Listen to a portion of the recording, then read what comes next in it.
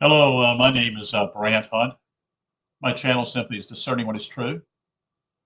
Today is the 17th day of January 2026.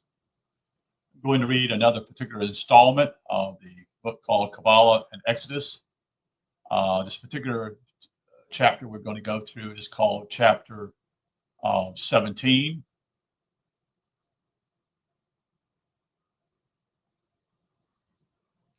and the chapter is simply called Refreshment.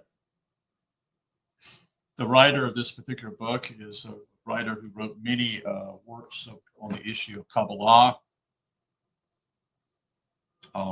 His name was simply Zeb Ben, Z-E-B Ben, B-E-N, Shimon, S-H-I-M-O-N, Halevi. If I pronounced it wrong, I'm sorry. That's just H-A-L-E-V-I. This is simply called Refreshment, Exodus chapter 17. And let me change the background so make it easier for me to read.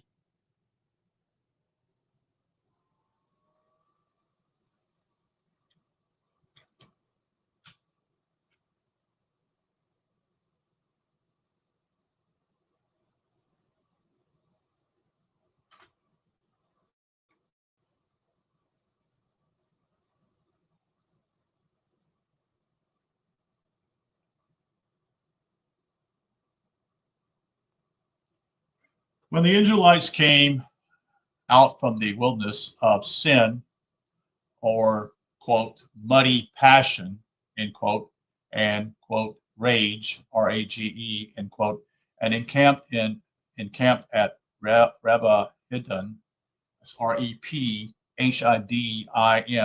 which means support, rest, and refreshment. So I'm going to check and verify that here. I'm not saying he's lying. I'm just asking. This is all new as I continue to learn more about it. A suggestion by Bill Langdon to try to keep up with everything here, what's being taught, and make sure everything's correct. Let's see if I can find it here. Let me get my glasses. It's R-E-P.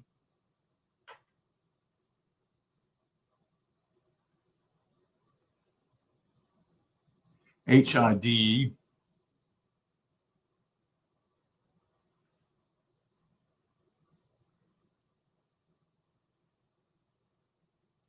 I-M. This is based upon Exodus chapter 17:8. Peace after victory over temptation. Hebrew is rest. This brought out once more the cry of protest. Moses replied, quote, "Why do you quarrel with me?" End quote. He's got something here, I guess it's in Hebrew. It's called Ma, M-A-T-E, Tasun Ek Yahweh. Quote, "Why do you try to test or challenge Yahweh?" End quote. This is a phenomenon that recurs on the spiritual path where the student is not so much protesting as testing his guide and indeed God. According to rabbinical commentary, when the Israelites failed to keep up their study and practice of the Torah or spiritual teachings, there appeared to be a lack of water. Interesting. The people not being able to discern there was a connection between performance and result immediately projected their inadequacies onto their leader, saying in their ignorance that it was Moses who brought them out of Egypt and put them in this impossible position. Now, the word ignorance can be seen to mean to ignore, end quote. That is, to turn away from what is known, which is a condition quite different from innocence, which is not to know. Innocence is the state of most of mankind.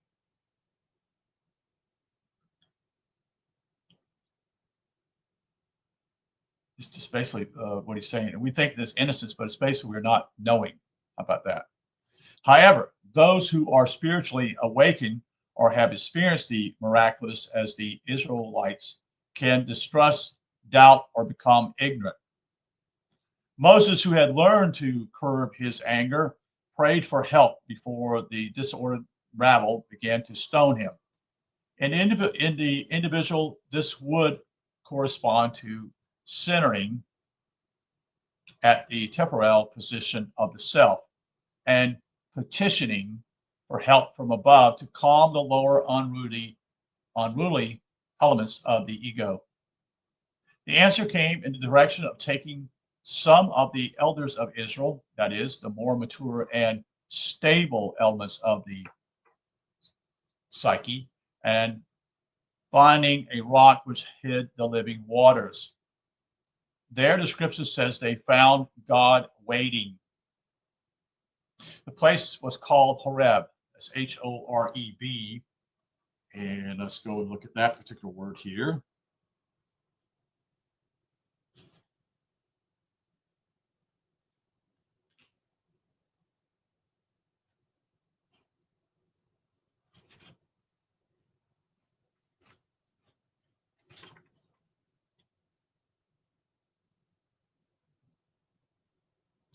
Yes, it means Hebrew Mount of God. It's also spoken about in Exodus chapter 3:1. Silent communion refers to that also.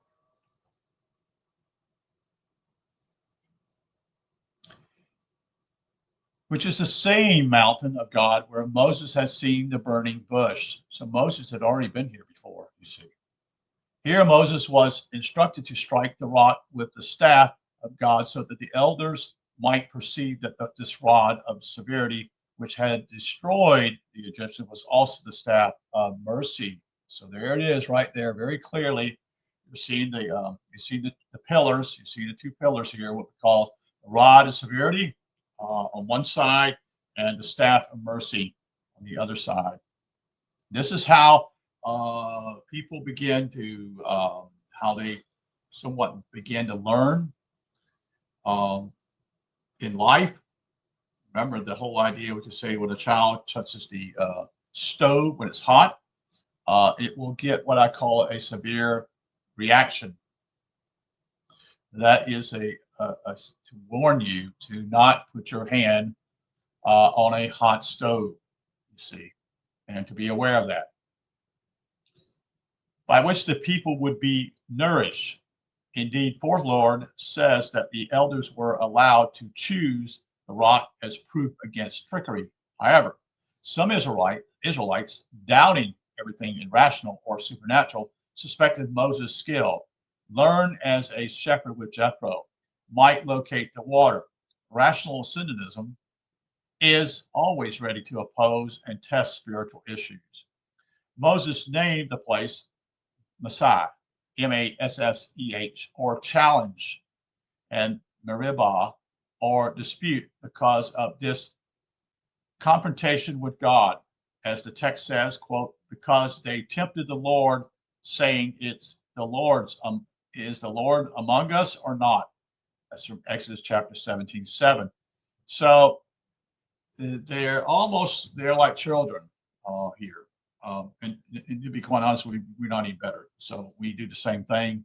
I do the same thing in my own life. When something goes, I don't feel like it's right, or something happens, I'm like a little boy. I just, make stupid comments because a lot of the fear is within me. You see, that was part of the programming that was done not only with my parents, but also with the church. You see. Now, fear is different than reverence, you see.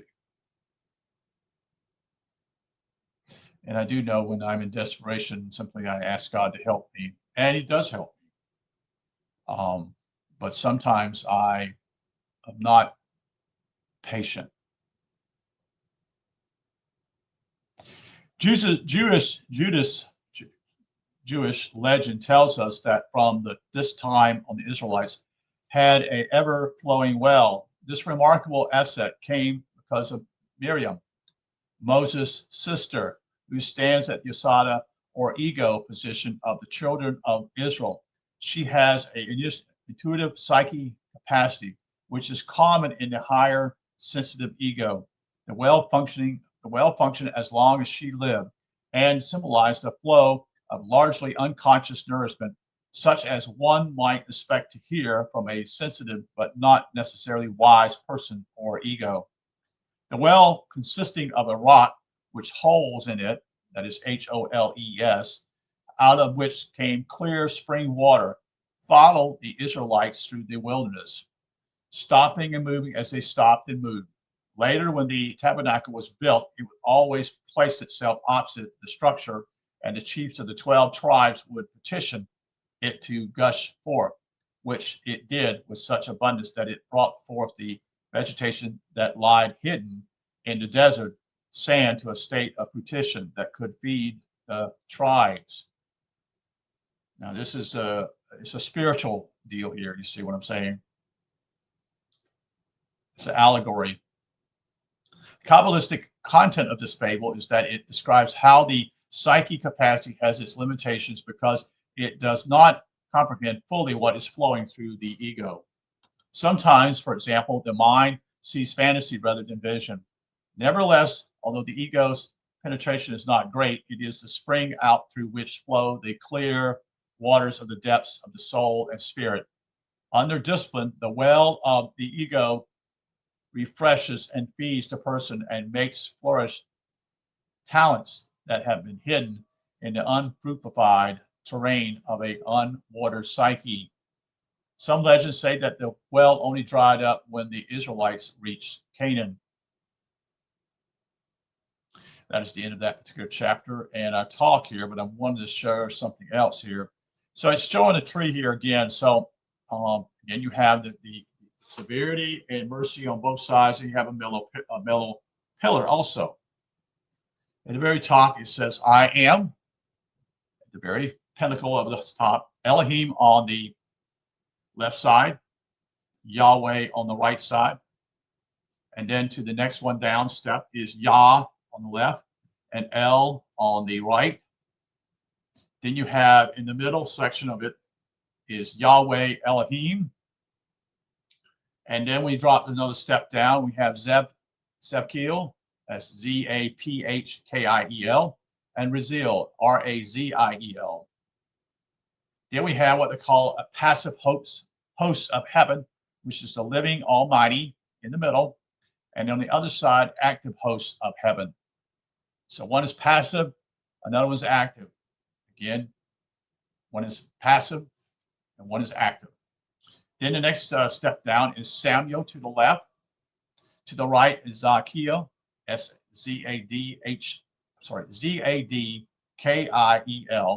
And in the middle is the presence. And then what we have is the next step down, Raphael and Hanai, Haniel. And then we have below that the cloud and fire. Then we have next step down is on the left is quails and manna. Where the three lower worlds meet is at Mount Sinai. Interesting. The next section is called, in the middle again, it's called the desert, which is the path of honesty. I remember Phil talking about some things to do with honesty when he had his ascension moment in Cambodia, and he was at the temple of Tom, Thom. It's the second temple he visited that particular day, and it stated that basically he had been honest. You see, he was honest. He was straightforward in what he was doing.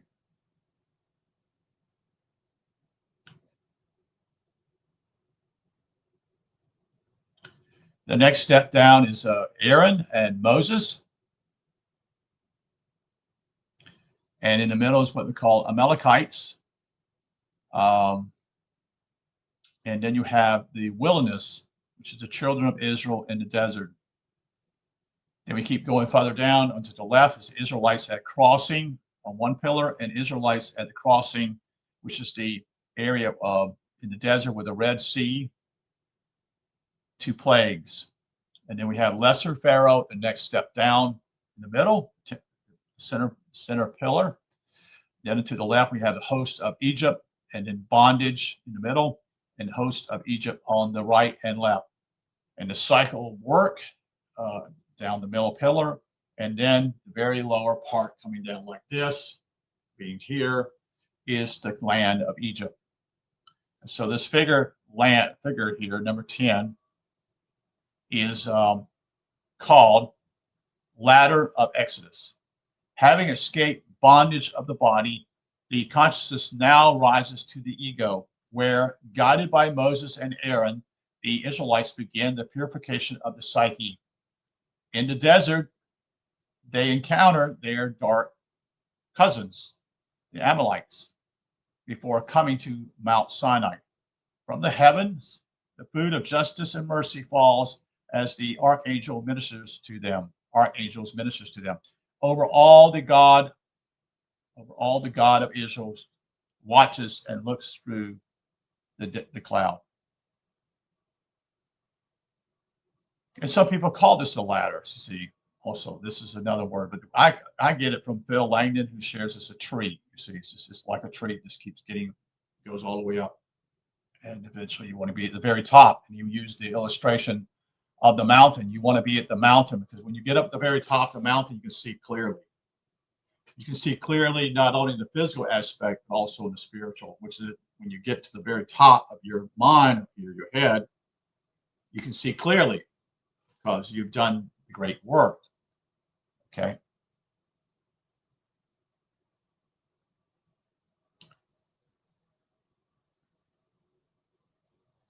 So we're going to stop at this point. I appreciate you being here. Thank you for listening.